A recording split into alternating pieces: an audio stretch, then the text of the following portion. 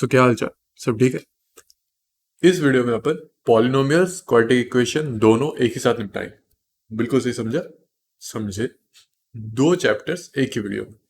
Reason being कि polynomials और quadratic दोनों मुझे एज सच बहुत ज्यादा इंडिपेंडेंट लगे नहीं, है ना। पॉलिनोमियल्स का कॉन्सेप्ट क्वाड्रेटिक में आ रहे हैं, क्वाड्रेटिक के कॉन्सेप्ट पॉलिनोमियल्स में आ रहे हैं, तो इसको इंडिपेंडेंट पढ़ने का मेरे हिसाब से कोई मतलब नहीं। ठीक है, तो साथ में पढ़ लेते हैं, खत्म हो जाएगा दोनों, टेंशन नहीं है। ठीक, तो स्टार्ट करते हैं। पॉलिनोमियल्स और क्वाड्रेटिक इक्वेशन या एक्सप्रेशन जो भी है। अब अरे क्या हो गया। हाँ, पॉलिनोमियल्स होता क्या है। ऑब्वियसली बात है, अगर ये 10th का वीडियो, इसका मतलब आपने 9th क्रॉस कर रखा होगा, तो पॉलिनोमियल्स का बेसिक आइडिया आपको पता होगा कि पॉलिनोमियल्स एक तरीके का एल्जेब्रिक एक्सप्रेशन होता है जिसमें कि वेरिएबल्स का जो पावर्स होता है वो सारे होल नंबर्स होने चाहिए। समझ में आए। ओके, सो पॉलिनोमियल्स तो ये हो गया। अब पॉलिनोमियल्स के कुछ वेराइटीज होते हैं, क्वाड्रेटिक, क्यूबिक, बाई क्वाड्रेटिक, ये सब। मोस्टली अपना क्वाड्रेटिक यूज होगा, क्यूबिक थोड़ा सा, और बाई क्वाड्रेटिक तो बहुत ही रेयर, है ना। ठीक, कुछ टर्म्स होता है जीरोस ऑफ पॉलिनोमियल्स या फिर रूट्स ऑफ पॉलिनोमियल्स। जीरोस और roots of any particular polynomial. ठीक है, अब मान लो एक पॉलिनोमियल कुछ ऐसा दिख रहा है कि a x cube plus b x square plus c x plus t. मान लो ऐसे कुछ दे रखा है। अब यहाँ पे एक्स एक वेरिएबल है, ए बी सी डी एक कांस्टेंट है जिसमें कि ए आपका जीरो के बराबर नहीं है। क्योंकि ऐसा क्यों, जीरो के बराबर हो जाने से क्या हो जाएगा, अगर ए जीरो के बराबर आ गया, है ना, तो इसका डिग्री क्या होगा। डिग्री पता है ना कि highest power of the polynomial. ये पॉलिनोमियल एक्सप्रेशन है, इसका जो हाईएस्ट पावर है वेरिएबल का जो कि 3 है, तो इसका मतलब ये 3 डिग्री पॉलिनोमियल इक्वेशन है ना। तो इसका जो डिग्री है 3 है, इसको अपन क्यूबिक भी बोलते हैं। ठीक, तो ए का वैल्यू जीरो के बराबर नहीं आना चाहिए। अगर जीरो आ गया तो zero into x cube zero हो गया, है ना। तो मतलब जो एक्स क्यूब वाला टर्म है वो रहा ही नहीं। अगर एक्स क्यूब वाला टर्म रहा नहीं तो इसका हाईएस्ट पावर 3 नहीं है, तो ये थर्ड या फिर क्यूबिक पॉलिनोमियल हुआ ही नहीं। ठीक है, तो जो डिग्री का कोफिशिएंट है उसको जीरो नहीं होना चाहिए, है ना। ये हर चीज में लागू होता है, क्वाड्रेटिक होगा तो भी वही होगा, बाई क्वाड्रेटिक होगा बताऊंगा मतलब इवेंचुअली।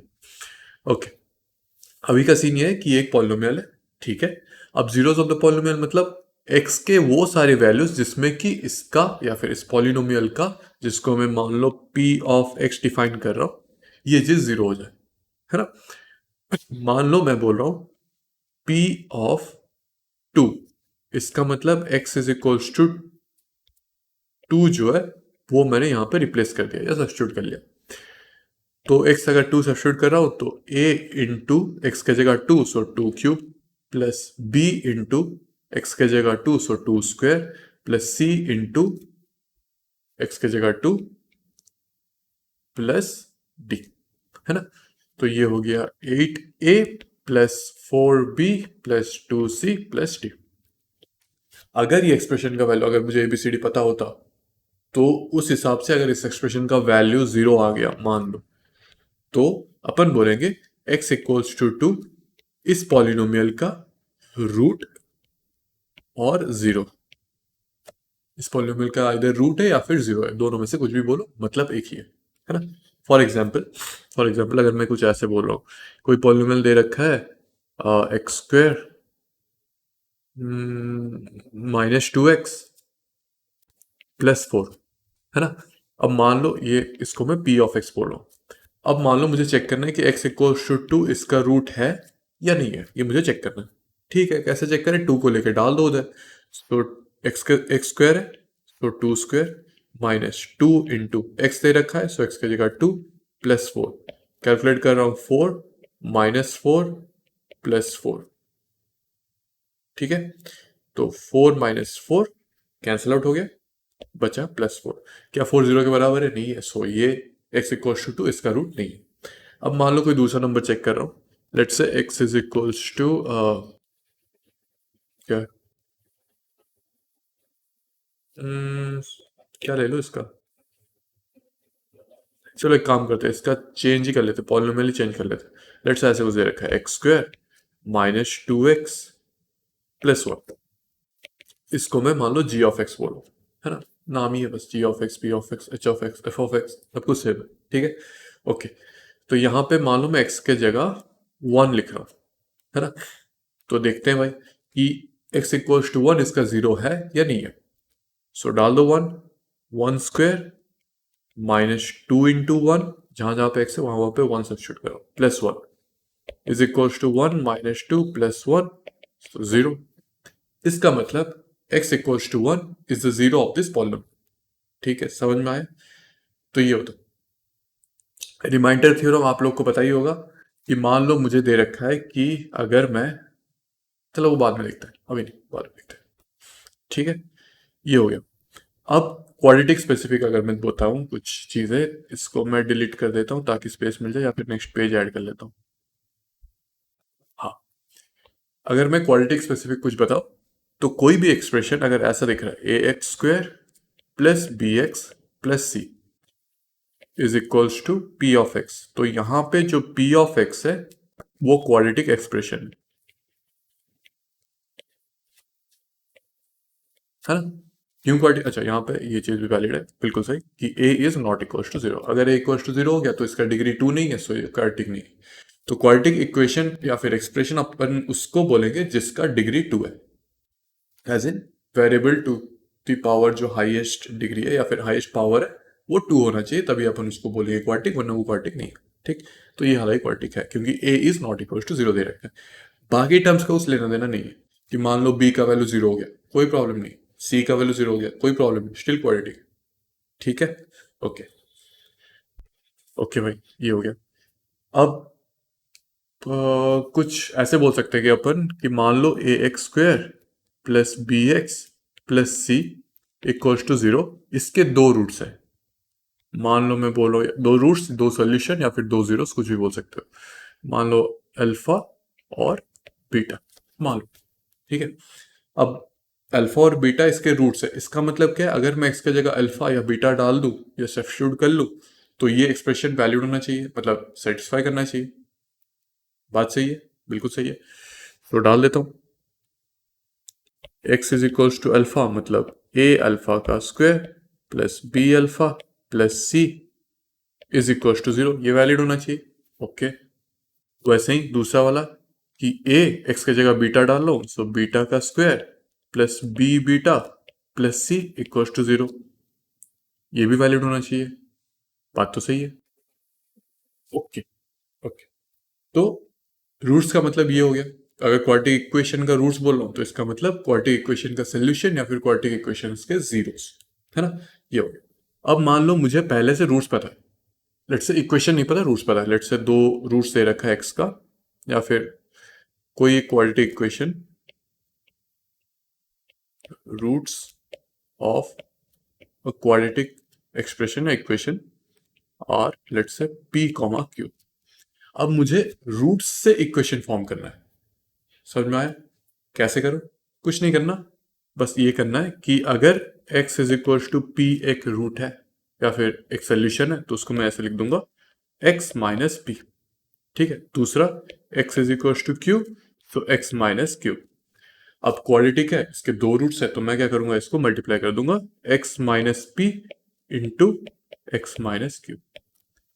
ये जो इक्वेशन या फिर एक्सप्रेशन निकल के आएगा, इसके रूट्स हो जाएंगे p और q। कैसे?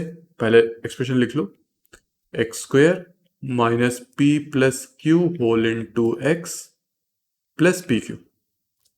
समझ में आया? बिल्कुल, ओके। तो यहां पे ये जो है, क्या ये क्वाड्रेटिक इक्वेशन एक्सप्रेशन है? हाँ बिल्कुल है ना क्वाड्रेटिक, कि एक्स स्क्वायर का जो कोफिशिएंट है वो 1 है, तो ये क्वाड्रेटिक इक्वेशन है। ठीक है, ओके। हालांकि स्पेसिफिकली इसको आइडेंटिटी बोलते हैं, बट ठीक है, जो भी। अब p और q इस एक्सप्रेशन के रूट्स है ना? तो x square minus P plus Q into x plus P Q, is equal to 0। इसके दो सोल्यूशन आएंगे, P और Q। अगर भरोसा नहीं आ रहा है तो P डाल के देख लो 0 आएगा, Q डाल के देख लो 0 आएगा। ठीक है, ओके, ये हो गया। तो इसका मतलब क्या है कि x के साथ जो मल्टीप्लाई होता है वो देता है इसका जो कोफिशिएंट होता है वो देता है सम ऑफ रूट्स। वैसे ही x का आई मीन कांस्टेंट टर्म जो होता है एक्सप्रेशन का, क्वाड्रेटिक एक्सप्रेशन का, वो देता है product of roots. Condition applied, X square का कोफिशिएंट 1 होना चाहिए।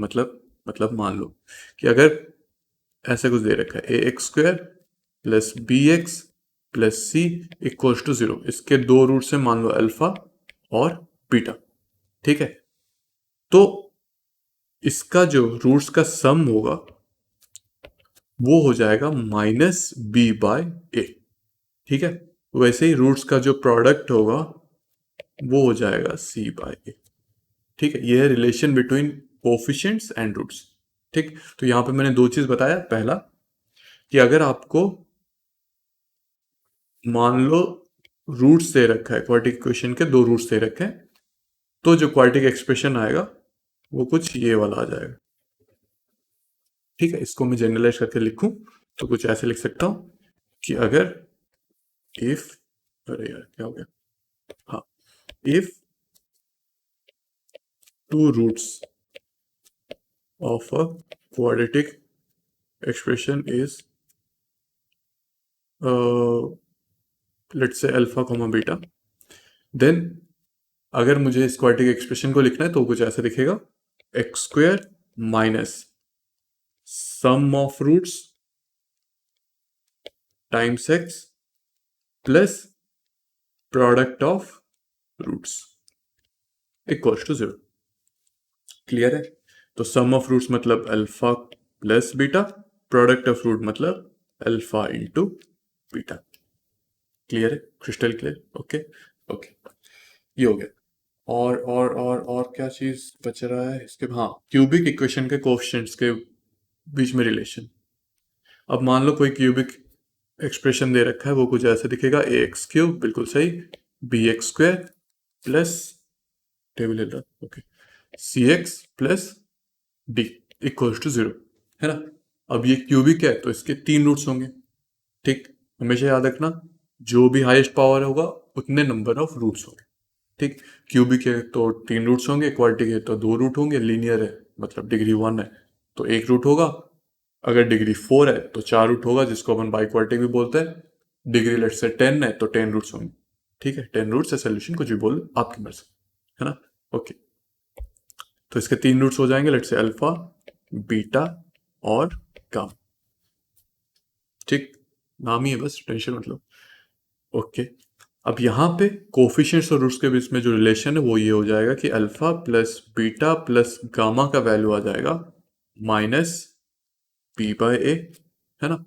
फिर alpha beta, beta gamma, alpha gamma, इसका वैल्यू आ जाएगा सी बाय ए। फिर फिर ओके, अल्फा बीटा गामा, ये आ जाएगा माइनस डी बाय ए। क्लियर है? ठीक है, बस इतना आपको याद रखना है। ओके, अब क्वाड्रेटिक इक्वेशन मान लो ऐसे दे रखा है, a x square plus b x plus C equals to 0। इसके सोल्यूशंस निकालने, मतलब इसके दो रूट्स निकालने। कैसे निकालूं? पहला मेथड जो आपको ऑलरेडी आता है वो होता है फैक्टराइजेशन या फिर मिड टर्म स्प्लिटिंग, कुछ भी बोलो, है। इसको अपन मेथड 1 जो है रूट्स निकालने का, फैक्टराइजेशन, वो डायरेक्टली क्वेश्चन के थ्रू देखेंगे अपन। ओके, मेथड 2 जो होता है वो ये फॉर्मूला अप्लाई करके होता है, जो कि है x is equals to minus B plus root over of B square minus 4ac upon 2a। दूसरा रूट हो जाएगा minus B minus root over of B square minus 4ac upon 2a। ठीक है, ये दो रूट्स आ गए। डायरेक्टली आप कोफिशिएंट्स मतलब b का वैल्यू, अगर इक्वेशन दे रखा है तो वैसी बात है, b का वैल्यू पता होगा तो b का वैल्यू डाल दो, c का वैल्यू पता होगा c का वैल्यू डाल दो, a का वैल्यू पता होगा a का वैल्यू डाल दो साइन के साथ। ठीक है, ओके, अब कुछ बच रहा है क्या? मिड टर्म स्प्लिटिंग मतलब फैक्टराइजेशन तो डायरेक्ट क्वेश्चन के थ्रू देखेंगे, ये हो गया। हाँ, और एक चीज, ये जो अंदर लिखा हुआ है ना b² - 4ac, इसको अपन डिस्क्रिमिनेंट भी बोलते हैं, ठीक है, या फिर डी से रिप्रेजेंट करते हैं। क्या बोलते हैं? डिस्क्रिमिनेंट, है ना। ओके, तो ये करता क्या है? एज अ नेम सजेस्ट, ये रूट्स के प्रॉपर्टीज के बारे में बताता है ना। कि अगर मान लो इसके रूट्स ये जो है, दो रूट्स, इसको मान लो मैं नाम दे देता हूँ अल्फा, इसको नाम दे देता हूँ बीटा, तो ये अल्फा बीटा के नेचर के बारे में बताते हैं। मतलब अगर डी आपका ग्रेटर देन 0 हो गया, तो मैं बोल सकता हूँ अल्फा कॉमा बीटा डिस्टिंक्ट होंगे, मतलब अलग अलग होंगे, ठीक है। अगर मान लो डी इक्वल्स टू 0 आ गया, तो अल्फा कॉमा बीटा इक्वल होंगे, मतलब अल्फा का वैल्यू भी 2 होगा तो बीटा का वैल्यू भी 2 हो जाएगा, अल्फा का वैल्यू 100 होगा तो बीटा का भी 100 होगा, अल्फा का वैल्यू √3 होगा तो बीटा का भी √3 होगा, सो ऑन सो फोर्थ। समझ में आया? ओके। अगर डी लेस देन 0 है, तो नो रियल रूट्स, या फिर इसको ऐसे बोल सकते हैं, पहले लिख लो नो रियल रूट्स। अगर डी लेस देन 0 है, तो डायरेक्टली अपन लिख सकते हैं कि इसके कोई भी सोल्यूशंस नहीं है ना, कि मतलब इसका रूट्स निकाला नहीं जा सकता। समझ में आया? क्लियर है? ओके, ठीक है। अब डायरेक्ट क्वेश्चन पे मूव करते हैं, क्वेश्चंस पे मूव करते हैं, क्योंकि बहुत सारे क्वेश्चंस लिए मैंने। चलो ठीक है। हाँ, अब मान लो ये जो ग्राफ दे रखा है ना अजीब सा, लेट से कोई एक पॉलिनोमियल फंक्शन का ग्राफ है, या फिर पॉलिनोमियल एक्सप्रेशन का ग्राफ, आपको निकालना है कि इसके कितने नंबर ऑफ रूट्स है, या फिर कितने नंबर ऑफ जीरोज है। क्लियर है? अब जीरोज है मतलब क्या, कि पी ऑफ एक्स का जो वैल्यू है वो इक्वल टू 0 आना चाहिए। एक्स के कौन कौन से वैल्यू, या फिर कितने वैल्यूज के लिए पी ऑफ एक्स 0 आ रहा है, ठीक है। जहां जहां पे ग्राफ एक्स एक्सिस को कट कर रहा है या फिर टच कर रहा है, वो पॉइंट्स इसके रूट्स है या फिर सोल्यूशंस है। तो पहला टच या फिर कट कर रहा है यहाँ पे, दूसरा यहाँ पे, तीसरा यहाँ पे, ये चौथा, ठीक है। टच करना भी अलाउड है ना। तो टोटल 4 पॉइंट्स है, तो इसके कितने सोल्यूशन होंगे? हो गए 4 सोल्यूशंस। बहुत ईजी है। ग्राफ देख लो, जहां जहां पे एक्स एक्सिस पे कट कर रहा है वो पॉइंट्स, अगर पॉइंट्स मेंशन कर रखा है तो आप डायरेक्टली रूट्स बता सकते हो, अगर पॉइंट्स मेंशन कर नहीं कर रखा है तो उसने बट मतलब जरूर से ये पूछा होगा कि नंबर ऑफ रूट्स कितने हैं, काउंट कर लेना, काउंटिंग तो आता है ना। Okay, next, find the zero of the polynomial and verify relation between coefficients. Okay, इसको मैं कॉपी कर लेता हूँ।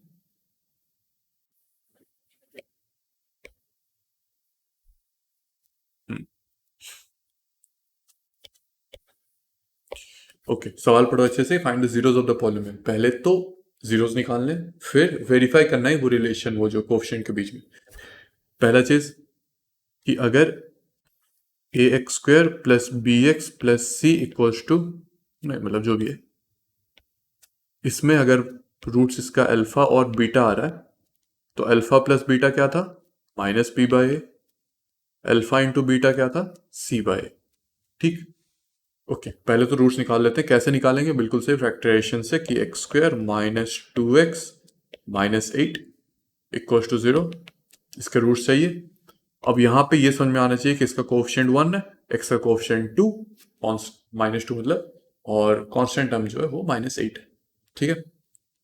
ओके, अब करना क्या होता है कि x² का कोएफिशिएंट इंटू कांस्टेंट टर्म -8 है, और जो x का कोएफिशिएंट है वो -2 है। तो मुझे बेसिकली दो नंबर्स ढूंढना है, let's say p and q, जिसमें कि p और q का जो प्रोडक्ट है वो -8 आना चाहिए, और जो सम है -4 आना चाहिए। ऐसे दो नंबर्स ढूंढने। तो वो नंबर्स क्या हो जाएंगे?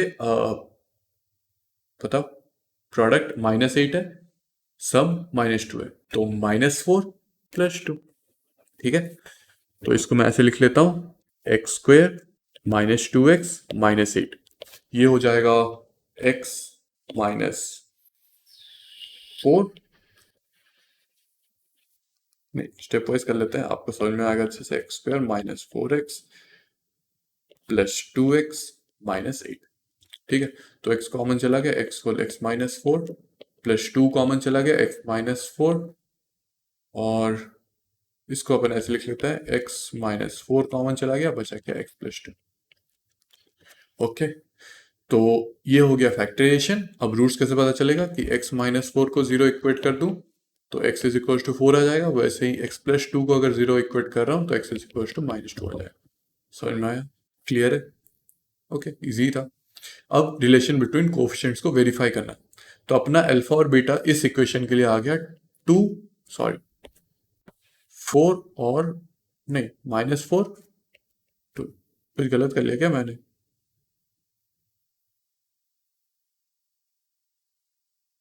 नहीं, ठीक है। ओके, चेक कर लेता हूँ एक बार, टू और एक minus four, okay okay okay, सही। माइनस फोर रूट्स आ गए, सॉरी फोर और माइनस टू, फोर और माइनस टू। अब सम ऑफ रूट्स मतलब फोर माइनस टू हो गया टू, जो कि बराबर आना चाहिए माइनस बी बाई ए। अब बी का वैल्यू ऑलरेडी माइनस टू है, सो माइनस ऑफ, इसको कलर चेंज कर लेता हूँ, दिख जाएगा आपको अच्छे से, minus of minus two by a, मतलब एक्स स्क्वायर कोएफिशिएंट वन। तो ये आ गया टू, टू टू, वेरीफाइड, सही है। ओके, अब दूसरा सवाल कि four U square plus eight U, ये तो दिख ही रहा है कि यू कॉमन आ गया, फिर अंदर क्या रहा, सॉरी फोर यू कॉमन आ गया, अंदर क्या रहा यू प्लस टू। ठीक है, अब इसके जीरोस क्या होंगे, पहला तो four u equals to zero, इसका मतलब u is equals to zero. वैसे ही u plus two equals to zero, इसका मतलब u is equals to minus two, minus two zero. ठीक है, दो रूट्स आ गए, तो इसके दो रूट्स माइनस टू और जीरो हो गए। अब वेरीफाई करना है। अच्छा, यहाँ पे कांस्टेंट टर्म नहीं है ना, तो मैं ऐसे कर लेता हूँ, प्लस जीरो कर लेता हूँ, सेम ही बात है, नहीं है मतलब क्या, जीरो है। ठीक है, ओके, तो सम ऑफ रूट्स क्या हो जाएंगे, माइनस टू, अच्छा इसका प्रोडक्ट और रूट वेरीफाई नहीं किया, पहले कर लेते सम वाला, माइनस टू प्लस जीरो, ये हो गया सम ऑफ रूट जो कि माइनस टू आएगा, which is equals to minus b by a. यहाँ पे बी का वैल्यू क्या है, एट है, बाय ए का वैल्यू क्या है, फोर है, तो minus b by, so minus eight by four, so minus, clear, easy था। ओके, अब प्रोडक्ट ऑफ रूट वेरीफाई करना है, तो minus two into zero, zero आ गया, okay, which is equals to c by a, c का value यहाँ पे जीरो है, जीरो बाय फोर, जीरो आएगा, वेरीफाइड। अब पहला वाले का भी वेरीफाई कर लेते हैं, प्रोडक्ट वाला, तो minus four into minus, I mean four into minus two, minus eight, minus eight, okay. और ये क्या होता है, प्रोडक्ट और कोफिशिएंट के बीच में relation, minus c by, I mean c by a, तो सी यहाँ पे माइनस एट है, ए यहाँ पे वन है, तो माइनस एट, वेरीफाइड, सही है।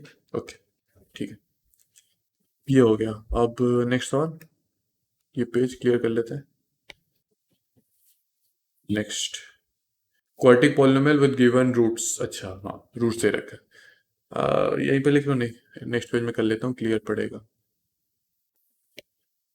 Copy paste. ओके, पहला सवाल है रूट टू और वन बाई थ्री, ये दो रूट्स दे रखा है, ओके। तो एक्स स्क्वायर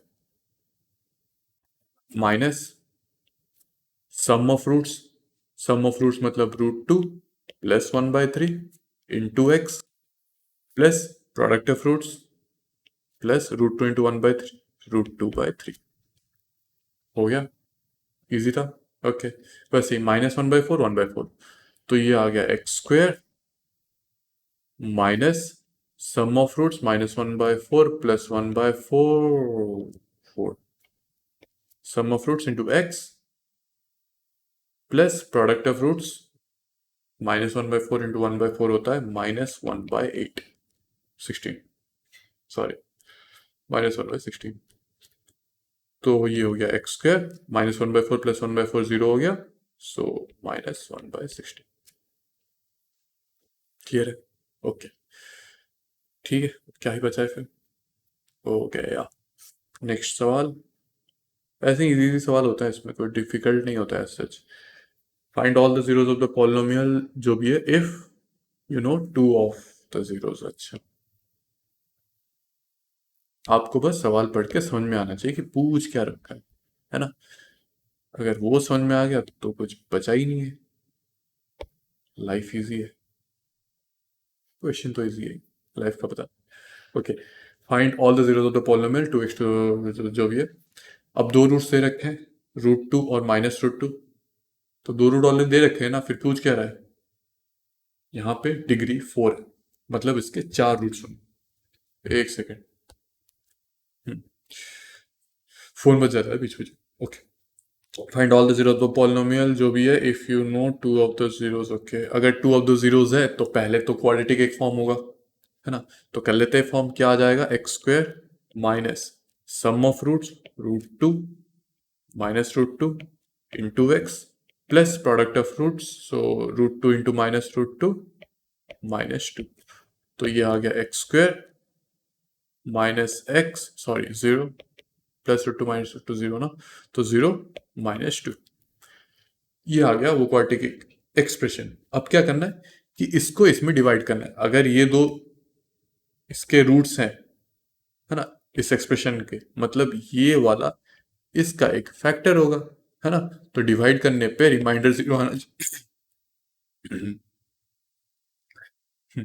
डिवाइड करने पे रिमाइंडर 0 आना चाहिए और कुछ क्वेश्चन आना चाहिए जो कि बाकी चीज है।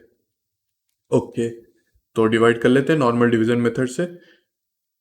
टू, इसमें डिवीजन, अच्छा डिवीजन मेथड आपको होपफुली आता होगा।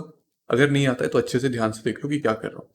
मैं क्या करूंगा कि जो भी एक्सप्रेशन दे रखा है, पॉलिनोमियल वाला एक्सप्रेशन, उसको अपन हायर डिग्री से या फिर हायर पावर से लोअर पावर में अरेंज करके लिखेंगे। हालांकि यहाँ पे ऑलरेडी दे रखा है उसी ऑर्डर में, पर अगर शफल होके होगा कि पहले 4 दे रखा है, फिर डिग्री 2 आ गया, फिर 3 आ गया, ऐसे तो अरेंज करके लिखना है। यहाँ पे अरेंज्ड है, सो मुझे टेंशन लेने वाली बात नहीं। 2x⁴ -3x³ -3x² +6x -2। इसको मुझे डिवाइड करना है किससे? x² -2 से। पहला चीज क्या करना है कि यहाँ पे 2x⁴ है, यहाँ पे x² है। मैं x² के साथ ऐसे क्या मल्टीप्लाई कर लूँ कि 2x⁴ आ जाए? बिल्कुल सही, 2x² मल्टीप्लाई कर दूंगा। ठीक है, तो 2x² इंटू x², 2x⁴। फिर दूसरा टर्म को क्यों छोड़ेंगे? -2 इंटू 2x⁴ -2 इंटू 2x², ये हो जाएगा -4x²। क्या हो रहा है ये? चलो छोड़ो, -4x²। ठीक, अब यहाँ पे अपन सब्सट्रैक्ट करें, इसका मतलब साइन चेंज हो जाएगा। तो ये प्लस था माइनस हो गया, माइनस था प्लस हो जाएगा, है ना? तो ये आ जाएगा 0। यहाँ पे -3x² x³ वैसे आ गया, फिर नीचे +4x², फिर नेक्स्ट और एक टर्म निकाल लेते हैं नीचे, -3x²। क्लियर है? ओके, अब ये तो समझ में आ रहा है कि 4x² -3x² x² आ गया, तो नेट ये आ रहा है -3x² +x²। अब नेक्स्ट काम कि x² माइनस, अच्छा दिखा देता हूँ कि 3x² है यहाँ पे, है ना? सही जा रहा हूँ ना मैं? ओके, 3x -3x² है यहाँ पे x² है। तो x² के साथ ऐसा क्या मल्टीप्लाई कर दूं कि -3x³ था, हाँ वही तो सोचू क्या गलत हो रहा है। ठीक है, हाँ, यहाँ पे -3x³ है, यहाँ पे x² है, तो x² के साथ ऐसा क्या मल्टीप्लाई कर दूं कि -3x³ आ जाएगा, -3x। ठीक है, तो -3x, ये आ गया -3x³, फिर -6, sorry -3x into 2x, 6x, है ना? और एक, चल छोड़ो, साइन चेंज होएगा, माइनस हो गया प्लस, ये हो गया माइनस, सो 0, x² -6x, x² -6x, फिर यहाँ पे एक 6x था वो भी आ जाएगा नीचे, तो +6x, फिर यहाँ पे -2 था, उसको क्यों अकेला छोड़े, उसको भी नीचे ले लेते हैं, फिर -2। अब ये और ये कैंसिल आउट हो गया, बचा क्या? x² -2। अब x² -2 यहाँ पे भी है, यहाँ पे भी है, और या फिर अगर आप उसी प्रोसीजर में जाना चाहते हो कि ये x² हो गया, अब ये भी x² है, तो x² के साथ क्या मल्टीप्लाई कर दूं कि x² आ जाए? 1, है ना? तो +1, ये आ जाएगा x² -2। साइन अगर चेंज कर रहा हूँ तो ये माइनस आ गया, ये प्लस आ गया, तो नेट अपन सब्सट्रैक्ट करने के बाद 0 आ गया, तो रिमाइंडर अपना 0 आया। क्वेश्चन कितना आया? 2x² -3x +1। अब ये क्वाड्रेटिक है, इसको आप मिड टर्म स्प्लिटिंग से फैक्टराइज कर सकते हो। कैसे करें कि एक्स स्क्वायर का coefficient 2 into constant term +1 equals to 2 और एक्स का कोफिशिएंट -3। तो ऐसे दो नंबर ढूंढने जिसका प्रोडक्ट सॉरी सम जो है, एक सेकेंड, मान लो वो दो नंबर ए और बी दे रखा है, तो इसका सम जो है वो -3 आना चाहिए और उसका प्रोडक्ट 2 आना चाहिए। बताओ ऐसे कौन से नंबर है? -2 और -1। ठीक है, तो 2x² -3x+1, इसको मैं ऐसे लिख सकता हूं 2x² -3x की जगह -2x -x+1। सो 2x कॉमन चला गया, x -1, फिर -1 कॉमन चला गया, x -1, तो ये आ गया 2x -1 इंटू x -1। अब बताओ इसके बाकी दो रूट्स क्या हो गए? बिल्कुल सही कि 2x-1 को मैं 0 एज्यूम कर लूंगा, एज्यूम मतलब इक्वल्स टू 0 कर दूंगा, इक्वेट, तो x का वैल्यू आ जाएगा 1/2। वैसे ही x -1 को मैं 0 इक्वेट कर दूंगा तो x का वैल्यू आ गया 1। ये और ये, तो इसके टोटल 4 रूट्स हो गए। क्या? -√2, √2, फिर 1/2, फिर 1। ठीक है, बाई क्वाड्रेटिक है, 4 रूट्स आने थे, आगे 4 रूट्स, इजी है। ओके, और कुछ सवाल बच रहा है क्या? नहीं। इसके बाद अपन क्वाड्रेटिक स्पेसिफिक कुछ सवाल करेंगे जो कि आपको दिख ही रहा होगा। मुझे क्या करना है कि इसमें state whether these expressions are, I mean equations are quadratic। ठीक है, कैसे चेक करें अभी बताता हूँ, बिल्कुल बताऊंगा, आप टेंशन मत लो।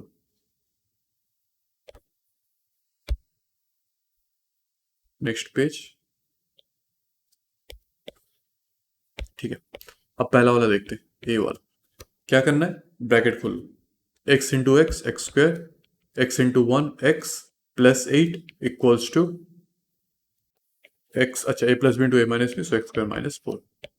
अब ये एक्स स्क्वायर कैंसिल आउट हो गया, बचा क्या? x +8 +4, -4 को लेफ्ट हैंड साइड लिया है, so equals to 0, x is equals x +12 equals to 0, है ना? अब मुझे ये बताओ कि एक्स स्क्वायर का कोफिशिएंट यहाँ पे कितना है? 0 है। मैंने क्या बोला था कि क्वाड्रेटिक में या फिर कोई भी एक्सप्रेशन में जो डिग्री का हाईएस्ट पावर का कोफिशिएंट है वो 0 नहीं आना चाहिए। यहाँ पे 0 आ गया, मतलब ये क्वाड्रेटिक नहीं है। सिंपल है। ओके, दूसरा वाला कि x + 2 का होल स्क्वायर, सो x² +4 +4x, है ना, +1 इज इक्वल्स टू 2x -3। ठीक है, ये तो दिख ही रहा होगा आपको कि x² +4x 2x को अगर इधर लेके आ रहा हूं तो 4x - 2x 2x, 4 + 1 5 +3 8 equals to 0। ठीक, तो क्या ये क्वाड्रेटिक है? बिल्कुल है, एक्स स्क्वायर कोएफिशिएंट 0 नहीं है, सो क्वाड्रेटिक है। ओके, ठीक है। नेक्स्ट, x + 2 का cube is equals to x³ -4, x + 2 का cube is equals to x³ -4। ये थर्ड वाला है ना? हाँ, थर्ड वाला। तो क्यूब तो आपको पता ही है कि a³ + b³ + 3ab whole a + b equals to x³ -4। हालांकि आपको दिख ही रहा होगा कि x³ कैंसिल आउट हो गया, तो डायरेक्ट ही बता सकते हैं कि x³ का जो कोफिशिएंट है वो 0 हो गया। इसका मतलब ये क्यूबिक तो नहीं है। पर 8 + 6x into x, 6x² + 12x equals to -4। ये हो गया 6x² + 12x, -4 को लेफ्ट हैंड साइड लेके आ रहा हूँ, सो 8 + 4 12 इक्वल्स टू 0, है ना? अब ये बताओ क्या ये क्वाड्रेटिक है? हाँ बिल्कुल है, x² का कोफिशिएंट 0 थोड़ी है, 6 है ना यहाँ पे, तो ये क्वाड्रेटिक नहीं है। x³ का कोफिशिएंट 0 है, नो डाउट, तो क्यूबिक नहीं है ना? पर क्वाड्रेटिक तो है क्योंकि x² का कोफिशिएंट 0 नहीं है। ठीक है, ओके, इजी, इसको क्लियर कर लेते हैं।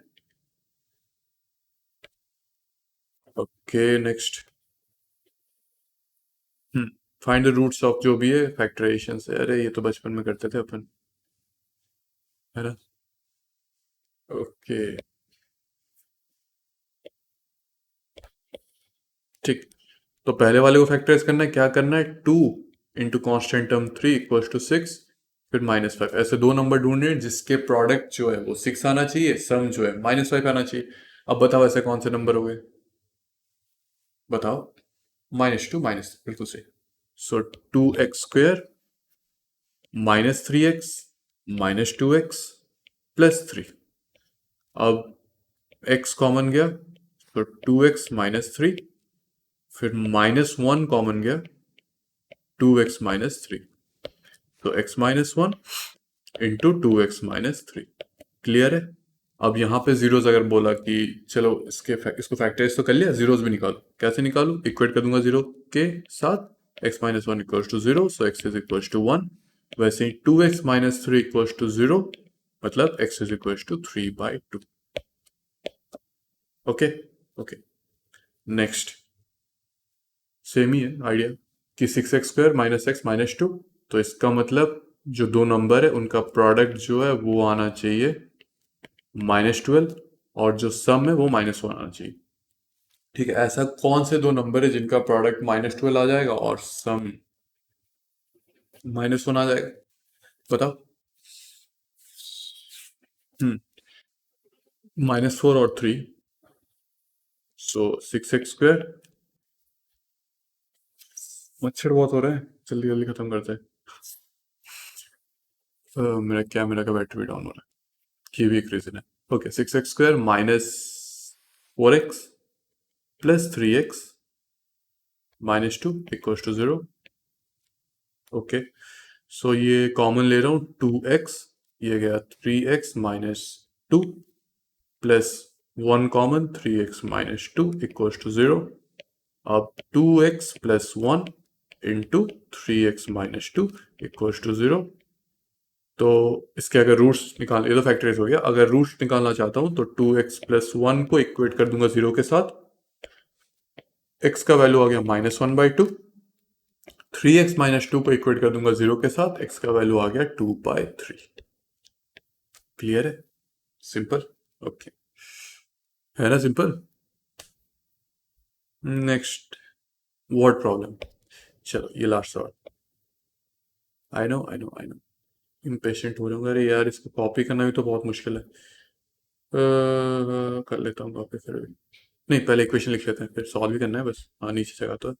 अब यहाँ पे a cottage industry produces certain number of toys in a day, कितना नहीं पता, मान लो x number of toys produce करता है। Cost of production of each toy was 55 minus the number of toys produce in a day. अब एक product का कॉस्ट कितना है, एक सेकंड फोन आ रहा क्या था, x, हाँ। अपन ने एज्यूम किया था नंबर ऑफ टॉयज जो प्रोड्यूस हो रहा है इन डे, उसको x एज्यूम कर लिया। उसने बोल रखा है जो प्रोडक्शन, एक टॉय का प्रोडक्शन कॉस्ट है वो आ जाएगा 55 minus number of toys in day, तो 55 माइनस x। ठीक है, 55 minus number of toys produced, so 55 minus x। ठीक है, in a particular day the total cost of production was 750, है ना, मतलब टोटल प्रोडक्शन जितने टॉयज प्रोड्यूस हुए उसका कॉस्ट 750 आया। नॉर्मल ये इसका मतलब कि number of toys into cost of one toy, ये आ गया 750। So we would like to find out the number of toys produced in a day. Equation आ गया, सॉल्व कर लो। कैसे, ये x into 55, 55x -x² is equal to 750, है ना। तो x² का कोफिशिएंट आइडियली 1 लेना ही अच्छा होता है, क्योंकि फैक्टर्स करने में इजी पड़ेगा। तो 1 कर लेते हैं राइट हैंड साइड लेके, सो x² -55x +750 इक्वल्स टू 0। ठीक है, ओके। तो ऐसे यहाँ पे ऐसे दो नंबर ढूंढने जिसका जो सम है वो 750 आना चाहिए और जो सम है वो 55 आना चाहिए। ऐसे कौन से दो नंबर है, सोचो। सोचना तो मुझे ही पड़ेगा। ओके, सो 25 इंटू 3, 25 इंटू 30, नहीं वो तो 65 हो, 55 हो गया, हाँ सही है। तो वो दो नंबर हो गए 25 और 30। 25 + 30 क्या होता है, 55 होता है। बस ये कि यहाँ पे -55 है, सो दो नंबर्स हो गए -55 और -30। ठीक है, देखा, आप स्मार्ट है। सो ये हो गया x² -25x -30x plus 750, sorry 750 equals to 0। तो फैक्टराइज कर रहा हूँ, तो ये आ गया, कॉमन ले लिया x, तो x -25, फिर इधर से कॉमन ले लेता हूँ -30, तो ये आ गया x -25 is equals to 0। So x -30 into x -25, तो x के दो पॉसिबल वैल्यूज आ गए, या तो 30 या फिर 25। ठीक है, क्लियर है? ओके, बस इतना ही था। हाँ, आपको मैं एक चीज होमवर्क दे सकता हूँ। चलो एक कर लेता हूँ, एक होमवर्क देता हूँ। यहाँ पे ये लिया था ना सवाल मैंने, यहाँ तो इसको ऐसे करते हैं कि ये तो एक तरीका हो गया फैक्टराइजेशन में। मान लो वो जो फॉर्मूला था, माइनस फॉर्मूला क्या था, ax² plus bx plus c, अगर क्वाड्रेटिक एक्सप्रेशन है तो इसके जो रूट्स होंगे वो हो जाएगा -p plus root p² -4ac upon 2a, दूसरा root -p minus root b² -4ac upon 2a। ठीक है, तो इस तरीके से रूट्स निकाल के देखते हैं। ठीक, तो इक्वेशन दे रखा है 2x² -5x प्लस 3, है ना। तो इसका मतलब a का वैल्यू यहाँ पे क्या है, a इक्वल्स टू 2, b का वैल्यू क्या है -5, c का वैल्यू क्या है 3। ठीक है, ये हो गया c। निकाल लेते हैं, माइनस भी दे रखा है, so minus of -5 plus root over of b का स्क्वायर -5 का square 25 -4 into a into c, so 6 4 24 upon 2 times a, so 2 times, तो ये आ गया 5 प्लस 1/4, 5 प्लस 1/4, हाँ 6/4 विच इज 3/2। ठीक है, दूसरा खुद कर लेना, मैं नहीं करा, खड़ा प्लस की जगह माइनस ही तो डालना है, बाकी सब तो सेम ही है। तो ये आपको करना है। नेक्स्ट, इस वाले सवाल को करके भी आपको वेरीफाई करना है कि क्या रूट्स इन्हीं वाले, मतलब यही वाले आ रहे हैं कि -1 है ना, वेरीफाई करना। ओके, तो बस दोनों चैप्टर मैंने बोला था कंप्लीट हो जाएगा, हो गया कंप्लीट, है ना। कुछ सवाल एडिशनल मैं लूंगा फ्यूचर में, वो मोस्टली अच्छे सवाल होंगे, एग्जाम्पलेट से या फिर देखते हैं, कहीं ना कहीं से तो होंगे, है ना। तो बस आज के लिए इतने, मिलते हैं अगले लेक्चर में, तब तक के लिए have a good day, see you.